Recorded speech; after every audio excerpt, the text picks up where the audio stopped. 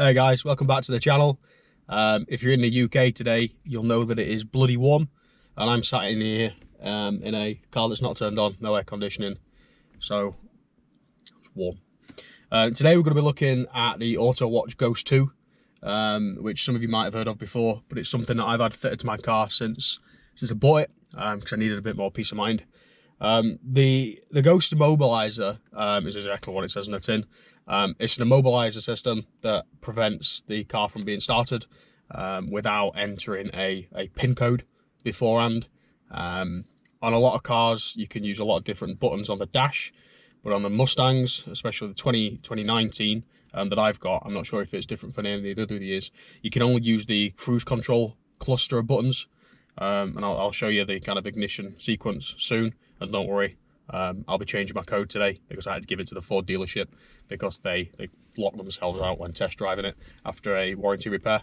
But going back to the Immobiliser, it's a small electronic device about half the size of a credit card. So you can imagine a credit card folded over, and it's put in line with some wiring on the car in the wiring loom somewhere. Now the organisation I use to fit mine, ghostinstallations.co.uk, they don't tell you where they've put the actual immobiliser. So they'll come into the car, they'll fit it, they'll record where they've put the immobiliser, in which location, and they store that back at their kind of headquarters safely, I hope.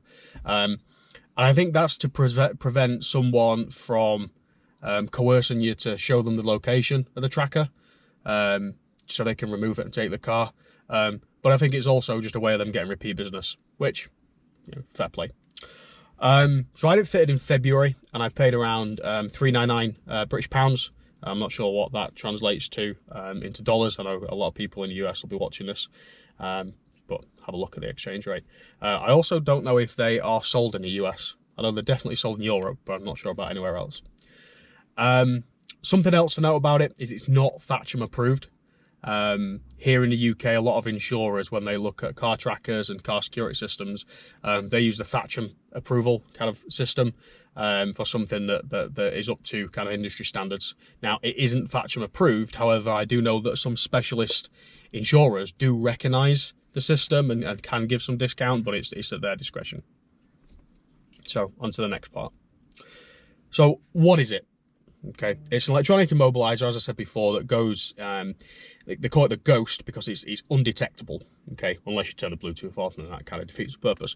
But once it's put into the wiring in the car, and it's hidden well, you don't know it's there. The only way you know it's there is when you can't start the car without entering the passphrase.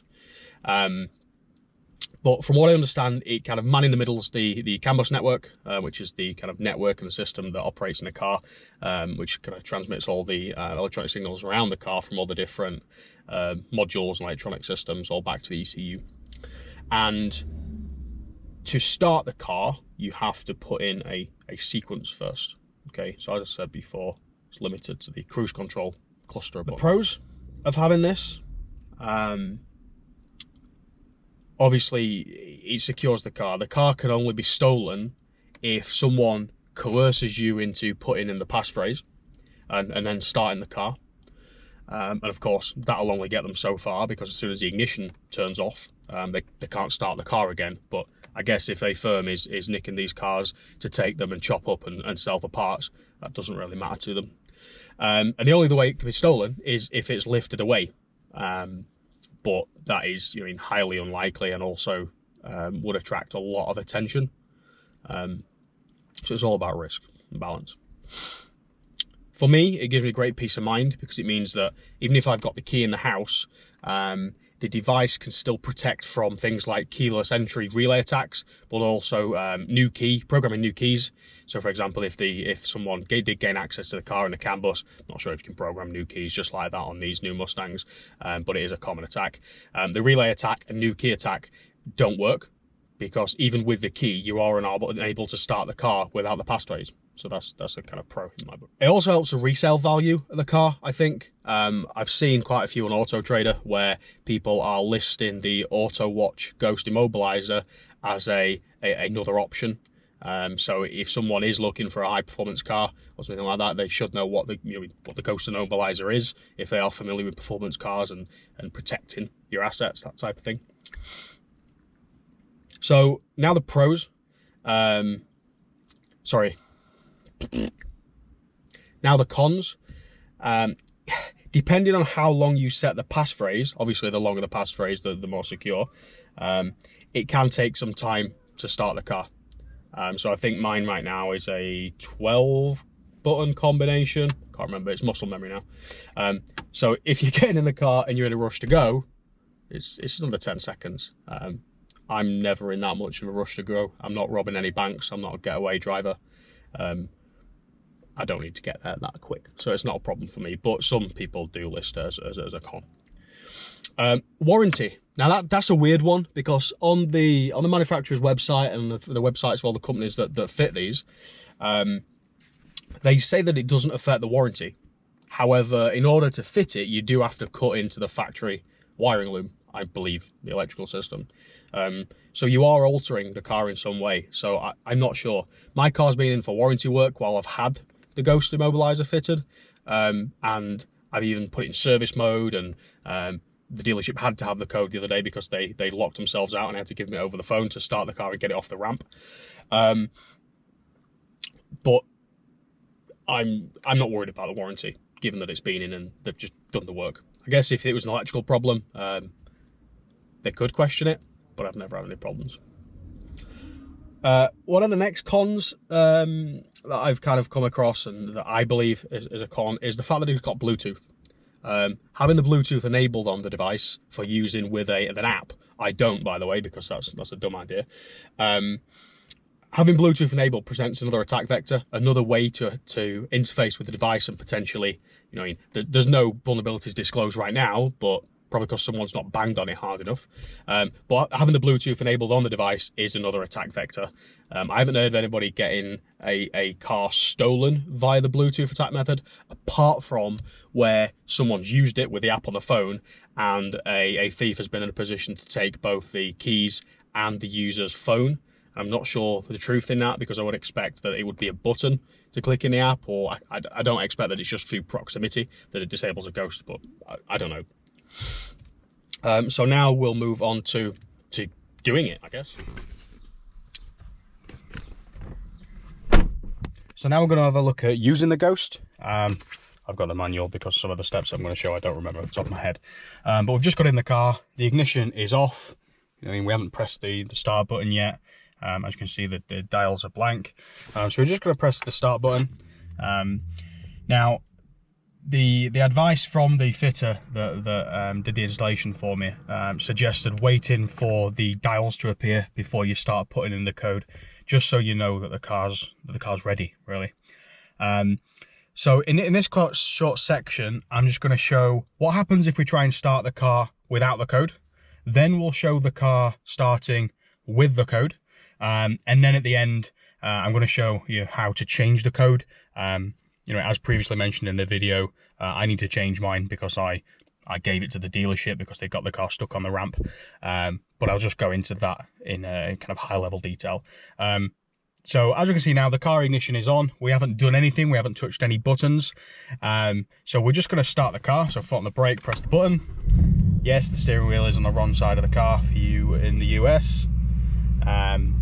So the engine started. You can see we've got revs. You can hear the aircon coming on. In fact, we're going to turn that on. I'm going to turn the seats off because of the audio. So the car started. It's still in park. And if I'm a thief, I think I can now drive away. But if I put my foot on the brake, press the knuckle, and try and change gear, you can see that when I try to put the car in gear, or when I try to put it in drive, the gearbox stalled, and the car shut off. So that's what happens when you don't put the code in. So let's turn the button off. I'm just going to open it up, it's very warm, but also because we need all these systems to shut down. The pony. So when that disappears, right? Okay. So now we're going to show with the code. See what happens. So we press the start button, wait for the needle sweep.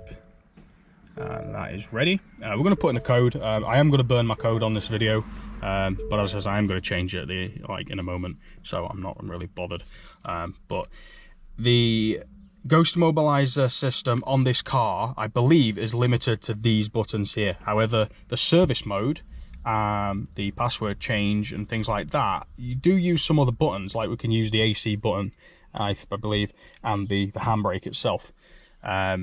So I'm not sure. If you know otherwise, let me know. But I think it's limited to just this cluster here. So we've turned the ignition on. That's just waiting for us. We're going to put in the code. So my current code is up, up, down, left, right, on. There's like a PlayStation 2 cheat code. We can see that the two hazards just flashed there.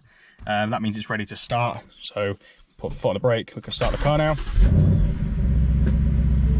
You can see the vehicle is on. And now we should be able to change gear. So now that's in reverse. We can go backwards. I don't want to bash my door. Also, I'm on the drive, the gates are shut. Handbrake back on. So we can see that, you know, the vehicle starts straight away. Now, one of the cons that I did kind of talk about earlier was the time it takes to put the code in. What's mine? 1, 2, 3, 4, 5, 6, 7, 8. 8, not 12 like I said earlier, but it's 8 buttons long. I don't know if there's a limit, an upper limit on how many buttons you can use for this. I know there is a lower limit, but any combination that you can find with these buttons works. But that's one of the cons, right? But that at 8 seconds, 10 seconds that it took me to start the car with the immobiliser on, for me is worth it. If it means that my car's still going to be there in the morning when I get up. So that's the start sequence with the button. I'm just going to shut the door. And now we're going to look at the manual, and we are going to have a look at changing the pin code itself. So here we go. Got the instructions. So 2 ways to enter the disarm sequence change mode. Normal procedure is to switch the ignition on. Okay, press the button, but don't start the engine, in capitals. Press and hold the accelerator pedal to the floor, then enter your current disarm sequence, and then it'll go into a learn mode.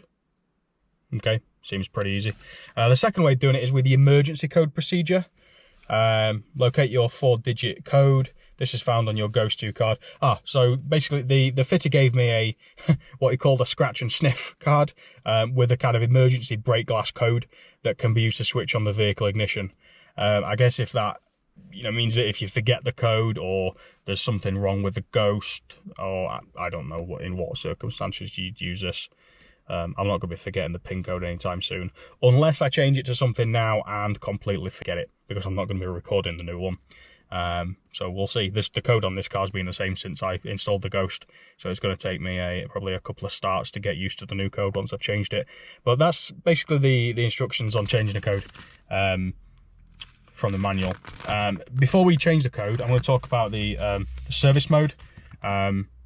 So we can see here, entering service mode. This is not sensitive information, so I'm fine with showing this on the video.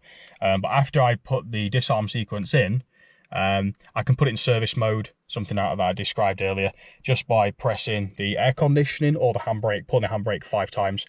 I have done that, I know that works. I haven't used the aircon button, I just used the handbrake button. But I'm not going to demonstrate that today because it's pretty self-explanatory. So let's go back to the changing sequence. So I'm going to turn the ignition on, wait for the needle sweep. I'm going to push the accelerator flat to the floor, and then we're going to enter the disarm sequence. Oh, no, left, right, on. And we should have some different results.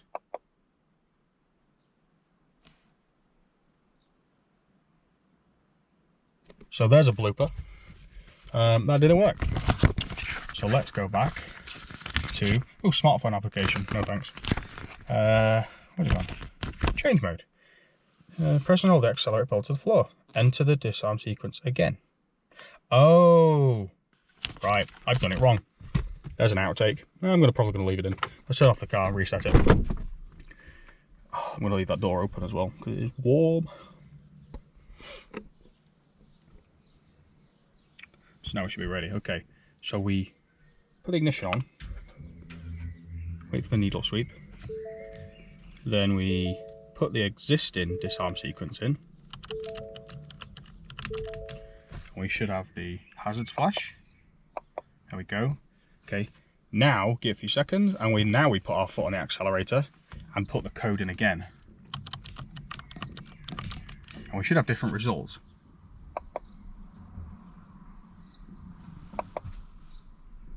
So now it should flash every 3 or so seconds. Now it's in learn mode. So I'm going to leave you there just while I put my new code in.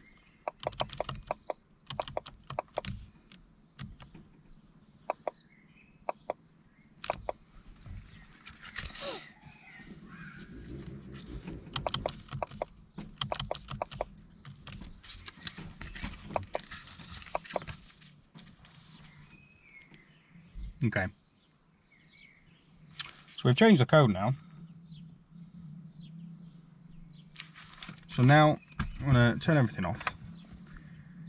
Close that. Just make sure it's reset. And let's turn it back on. And the new code.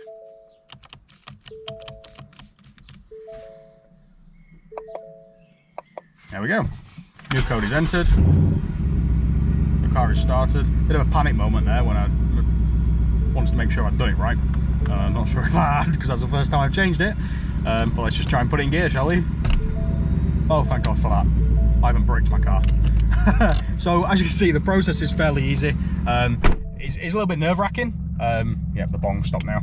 It is a bit nerve-wracking because it's a very expensive big paperweight, and I would have to go and get the scratch and sniff card out of the safe to try and start the car. But that's basically starting the car with the code, starting the car without the code, and then just the kind of reset process, which, as I say, is relatively simple, just a bit scary. There is another mode called service mode, and that enables you to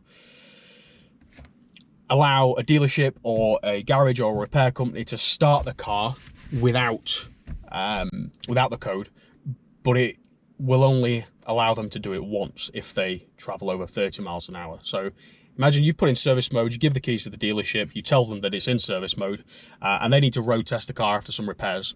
They take the car, and as long as they stay below 30 miles per hour, I don't know what that relates to in kilometers per hour, not a clue.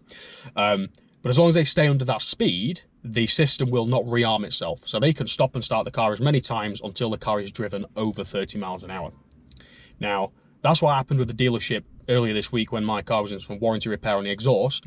The dealership took the car on a road test, went over 30 miles an hour, wasn't that much over, spying on them with a tracker. But then they put it back on the ramp just to check that everything had been completed and the wires had been, neatly put back. And then couldn't start the car to get it back off the ramp again. So then called me and I had to give them the code, and that's why I'll be resetting it right after this video. So that's pretty much it. The Ghost for me is a massive investment. It does provide peace of mind. I've personally seen relay attacks work both in a controlled environment, but also, you read about them on the news and you watch videos on YouTube of people walk into the house with 2 devices, one panel, walk up to the house, relay the signal from the fob, and one near the car, jump in, and it's gone, literally seconds. And given that I've seen that, and I've got to research into what's involved, I've turned off the keyless entry system on my car completely. The convenience isn't worth it for me. Pressing a button on my car versus just walking up to the car. I've still got to put my hand on the handle anyway. It's seconds. It's not saving that much time, but it is presenting a significant amount of risk. Now, there is an argument to keeping the keyless entry on with the Ghost, because that means that if someone does perform a relay attack and does manage to open the car, they'll get in, and even with the gearbox inhibit, they can still turn the engine on, but when they, as you saw, when you take it out of park, that'll turn off. Now, my bedroom window is about 15 feet away from where the car's parked on the drive. I'll hear this car starting if that does happen. But again, it's not worth the risk. Turn off the keyless unless you really need it. But again, it's not worth the convenience for me. That's it for the video today, guys. My GoPro just died. It got too hot, leaving it on the dash in the sun with no aircon. It's a bad idea. I'm warm enough, can't imagine how that thing feels. But yeah, I wanted to record a video today because when I looked on YouTube, when I was looking to buy the Ghost, all the videos that I could find were from firms that were flinging it, really, slinging it. trying to sell it. And I didn't think, you know, they're kind of biased because they've got a product to sell. And I didn't see many reviews from people who've got the device and have been living with it for 4 months now. I wouldn't be without it. I do have other security measures on the car. So that's it. If you've got any questions about the Ghost Immobiliser, please drop them in the comments below, or hit me on Instagram. And that's it. Bye.